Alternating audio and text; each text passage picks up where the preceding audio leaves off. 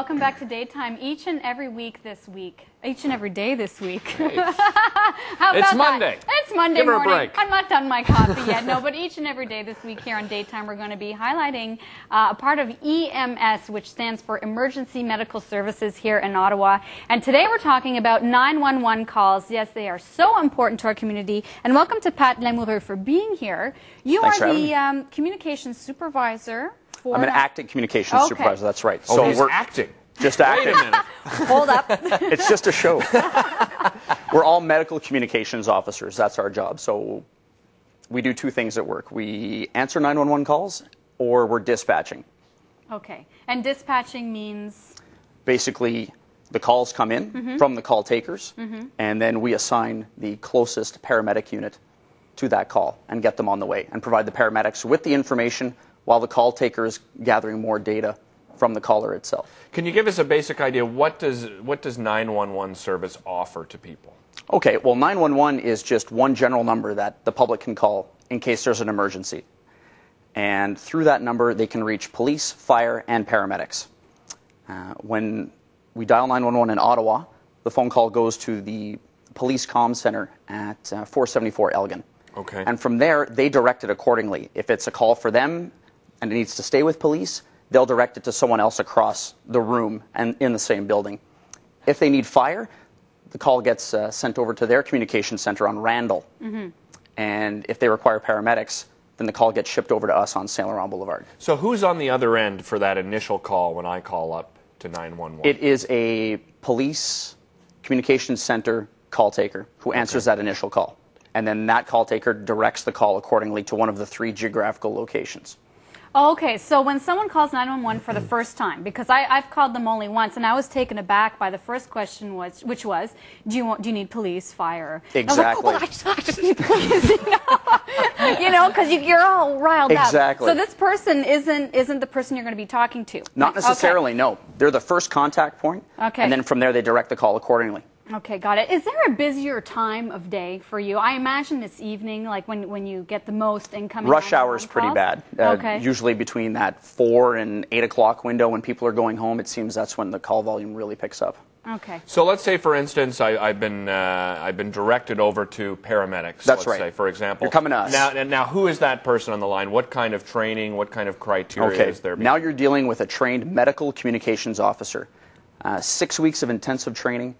And what we essentially do is gather minimum information to get the paramedics rolling. And we have 45 seconds to do that, so we're on the clock. The Ministry of Health governs our actions, so that's at the provincial level.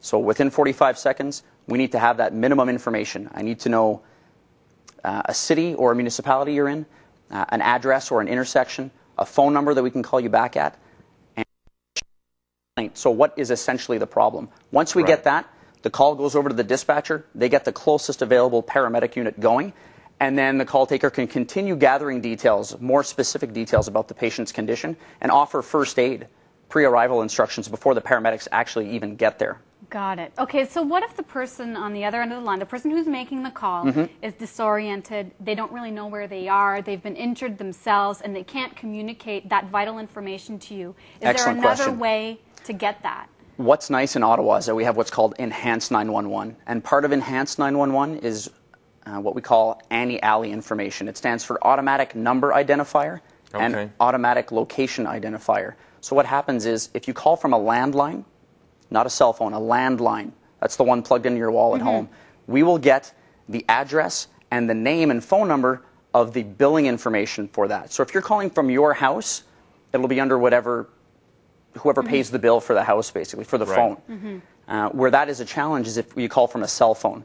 Cell phone calls, we get the phone number now, but we don't get the address of who's calling. What we'll get is the address of the cell phone tower that the signal is coming from. So we'll know a general area where you are, but we're not going to know where you are exactly. And if you're calling from a cell phone, crucial to know where you're calling from so that we can get the help that you need to you.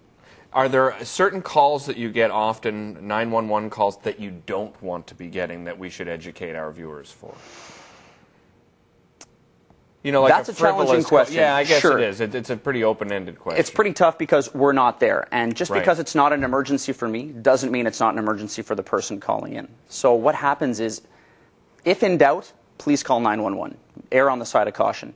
But for things like stubbing your toe, where you can go to the clinic the next day, yeah. you know, not necessarily a good use of the 911 system. Right, okay, like things like my cat stuck in the tree. Yeah. Can't get down. Exactly. Don't exactly. be calling. Try not to call 911. Try not to call 911. And if in doubt, we certainly have non-emergency lines that you can call. So keep 911 ideally for life-threatening emergencies. If it's not a life-threatening emergency, we actually have public access lines that are listed in the phone book, just a regular 7-digit number that you can call. And we can triage the call from there. We can figure out what's going on, and we can send you the help if it really is needed. Got it. So I guess what's important is that when people make the 911 call, they know that the person on the other end of the line is here in Ottawa. For the most part, yes. For the most part? If you're calling paramedics from Ottawa, okay, you're getting someone in Ottawa. That's right. Excellent. Well, thanks so much for being on the show Anytime. today. Thanks We for all having needed me. the education, and later on this week, each and every day, we're going to highlight another part of the EMS service. That's right. Coming back after the break, we actually have a makeup tip, and then if you all have a green thumb out there, get ready to put it in use this coming long weekend. We have Mary from the Garden Center who's going to show us how to plant shrubs. We'll be right back after this.